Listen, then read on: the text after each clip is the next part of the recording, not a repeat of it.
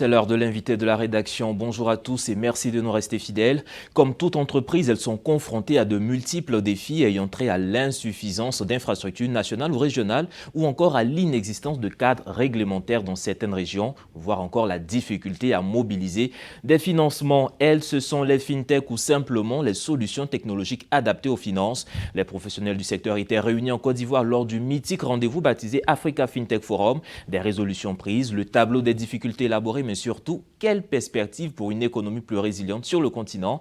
Alex Sea, vous êtes avec nous, vous êtes le directeur de l'Africa Fintech Forum. Alors, d'entrée de jeu, comment s'est passé ce forum ici à Abidjan? C'est notre troisième édition et nous sommes amplement satisfaits de la tenue de ce forum. Satisfaits amplement parce que déjà nous avons eu le soutien du gouvernement ivoirien. L'événement était placé sous la présidence du Premier ministre qui s'est fait représenter. Et nous avons aussi eu la participation d'acteurs importants de l'industrie. Je citerai par exemple la Banque centrale de l'Afrique de l'Ouest. Le gouverneur a accepté de participer à cet événement, mais il s'est fait représenter par son conseiller en charge des fintech. Nous avons aussi une participation de la Banque centrale de Mauritanie à travers le conseil de gouvernement, de la Banque centrale aussi de Guinée-Conakry à travers le directeur général de la stabilité financière. Et pour ne pas citer d'autres conseillers de Premier ministre, par exemple celui du Congo-Brazzaville qui était là et d'autres conseillers de ministres qui ont fait le déplacement depuis le Congo, depuis la Côte d'Ivoire, depuis le Mali pour être présents à cet événement-là. Nous sommes ravis de cette participation institutionnelle et cela dénote de l'intérêt qu'a l'Africa Fintech Forum pour nos autorités. Justement, pourquoi l'Africa Fintech Forum? Qu'est-ce qui vous a motivé à initier ce rendez-vous, à fédérer ou à faire converger toutes ces compétences? Déjà, la première des choses, c'est dans la continuité du plaidoyer que nous menons au niveau de notre organisation éponyme, Africa Fintech Forum. Nous avions besoin d'avoir un moment, d'avoir un cadre où les acteurs africains et au-delà de l'Afrique internationaux pouvaient se rencontrer pour interagir, pouvaient se rencontrer pour échanger, pouvaient se rencontrer pour identifier des opportunités de collaboration. Il n'y avait pas ce cadre-là en Afrique francophone. On connaît tous les événements qu'il y a en Afrique anglophone. Et pour nous, il était important que nous puissions mettre l'Afrique francophone en valeur. Surtout que les investissements sur la fintech regardent beaucoup plus l'Afrique anglophone. Pour nous, c'était une occasion de dire qu'il y a des opportunités en Afrique francophone. Il y a des opportunités à développer, il y a des partenariats à développer. Et pour nous, cet événement-là tient lieu de plateforme de rencontre, d'échange et de mise en lumière des opportunités d'investissement dans la fintech en Afrique francophone. Alors je suppose que vous avez eu à faire un diagnostic quand même de la fintech en Afrique francophone. Quels sont les problèmes majeurs qui reviennent principalement ou qui animent ce secteur d'activité? Le premier problème majeur, c'est, on dira, le cadre institutionnel. Et c'est pourquoi nous réjouissons que les régulateurs soient venus, que nous ayons eu 3 régulateurs majeurs à cette édition, à cette 3e édition. Je parlerai des banques centrales. Je parlerai aussi des autorités politiques qui ont été présents pendant cet événement. L'autre difficulté, c'est la collaboration entre les acteurs. On se réjouit qu'il y ait pas mal d'acteurs qui soient venus, que ce soit des banques, que ce soit des telcos, que ce soit des fintech, que ce soit des assurances, et qui ont identifié ensemble des opportunités de collaboration. On a eu des retours sur des projets en gestation entre acteurs qui ont commencé les discussions pendant le forum. L'une des choses aussi, c'est bien évidemment l'absence d'investissement pour développer notre industrie.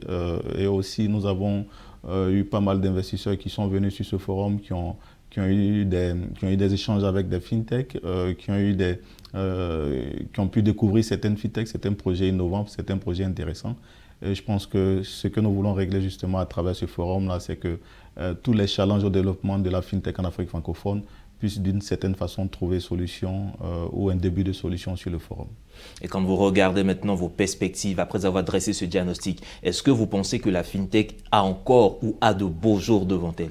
La fintech a de beaux jours, l'industrie a de beaux jours et je pense que tous les acteurs qui opèrent dans l'industrie tireront le meilleur de cette industrie-là dans les jours à venir parce que beaucoup plus nous commençons à avoir des acteurs qui prennent de la proportion, des acteurs qui qui diversifient leurs activités. On se dit en Afrique francophone, on est encore au stade premier de la fintech, donc notamment à travers des solutions de paiement, à travers des solutions de transfert, etc. Mais de plus en plus, on voit apparaître des fintechs qui sont sur des solutions de crédit, qui sont sur des solutions de gestion d'actifs, qui sont sur des solutions de crédit scoring. Tout ça dénote de la richesse qui est en train de naître de notre industrie. Et on est ravis que Africa FinTech Forum serve de plateforme pour exposer ces solutions. Et justement, en parlant de tout cela, est-ce que quand vous regardez un peu l'implication ou l'impact des fintech, comment est-ce que ces fintech peuvent arriver à permettre à nos économies d'être beaucoup plus inclusives au niveau continental? D'accord. L'une des remarques pendant la période Covid a été notamment les initiatives étatiques. Beaucoup d'États africains, et je pense même au-delà de l'Afrique, ont par exemple encouragé l'utilisation du mobile money, ont par exemple permis que des réductions de taxes soient appliquées aux acteurs, soient appliquées à des achats qui se faisaient en ligne ou qui se faisaient contactless à travers le téléphone, à travers les TPE, etc. Pour dire que il y a ce besoin-là que nos États puissent avoir des solutions beaucoup plus moins réactives par rapport à des situations, par rapport à des situations directes, mais qu'elles inscrivent la FinTech dans une stratégie beaucoup plus globale, dans une stratégie beaucoup plus dans une stratégie de développement de notre économie. Donc, il y a à mettre en place tout ce cadre-là pour développer la FinTech, notamment à travers l'encouragement qu'on peut apporter aux acteurs. On connaîtra, on se réjouit que l'État de Côte d'Ivoire, par exemple, ait très tôt permis le paiement des frais de scolarité par mobile money. Ça a permis de développer l'industrie d'une certaine façon. Et je pense que la digitalisation aujourd'hui des paiements étatiques est un facteur de développement de la FinTech. On est sûr que d'ici quelques années, l'État va prendre d'autres initiatives en Côte d'Ivoire et au-delà de la Côte d'Ivoire dans d'autres pays pour que éventuellement les acteurs puissent voir leur industrie se développer, voir des opportunités apparaître pour le bonheur des populations. Alors justement, parlons de développement de cette industrie-là. Quand vous regardez un peu l'Africa FinTech Forum, c'est tous les pays d'Afrique qui sont réunis et qui viennent réfléchir, mais vous voyez que les derniers chiffres nous font comprendre qu'il y a le volet ou la partie anglophone de l'Afrique qui a une certaine importance, une certaine maturité au niveau de la FinTech. Comment est-ce que vous avez réussi à justifier ça ou qu'est-ce qui peut justifier cet état de fait, l'Afrique francophone qui est assez en retard sur ce développement industriel? Il y a deux choses. On se dit dans l'innovation ou dans l'entrepreneuriat, c'est le mindset. Beaucoup plus l'innovation est portée par, que ce soit même au niveau international, par les parties anglophones. On connaît ce que représente aujourd'hui la Silicon Valley en termes d'innovation, en termes d'impact technologique. Il y a ça, mais aussi l'atmosphère où l'industrie anglophone est beaucoup plus une industrie proactive par rapport à l'écosystème entrepreneurial francophone. Et l'une de ces choses-là, c'est que au-delà même de l'industrie entrepreneuriale, l'industrie financière aussi est une industrie très, très, très, très proactive. On prend par exemple le Nigeria aujourd'hui, ou pour ce qui concerne les nouvelles technologies, la Banque centrale est beaucoup plus dans une stratégie d'observation et de réaction après. Donc, elle permet que des fintechs puissent développer des solutions, que des startups puissent proposer des innovations et après mettre en place le cadre réglementaire pour accompagner ces innovations-là. Ce qui est différent en Afrique francophone où la plupart du temps les régulateurs disent tout ce qui n'est pas permis est interdit. Par exemple, s'il n'y a pas une loi express qui permet que vous fassiez du mobile money, même s'il n'y a pas une loi qui l'interdit, vous ne pouvez pas le faire parce que cela dépend des différents types de droits. Donc il y a ça. Donc ça permet que l'innovation, elle est ouverte en Afrique en Afrique anglophone.